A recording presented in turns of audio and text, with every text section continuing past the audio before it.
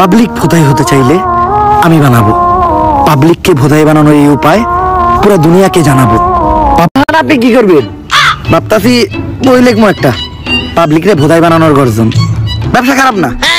Public ভোদাই হতে চাইলে আমি বানাবো।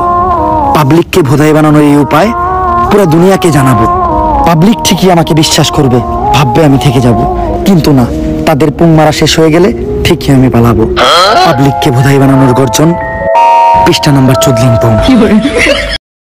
ভাই ইংলিশ তো আমি ভালো বুঝি।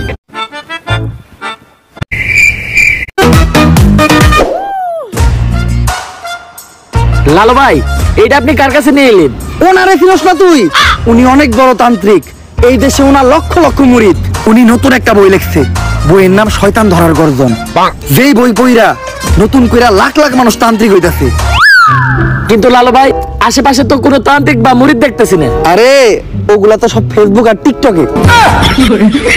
বাবা, সঞ্জনা নামের এক আত্মারে আমার ধরতে হইব। বাবা, আপনি আমার সফল হওয়ার একটা উপায় দেন।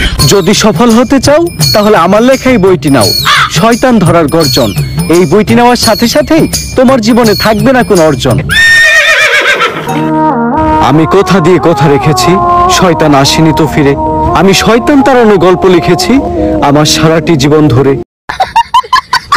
আমি অন্ধকারে মোমবাতি জ্বালিয়েছি, তবুও পাইনি ভূতের খোঁজ। আমি ভূতের অপেক্ষায় ছিলাম, ভূত নিজেই হয়েছিল নিখোঁজ।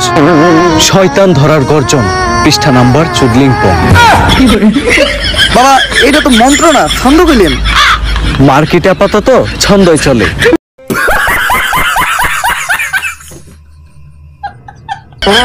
না ভোসড়ি के बेटे बेटे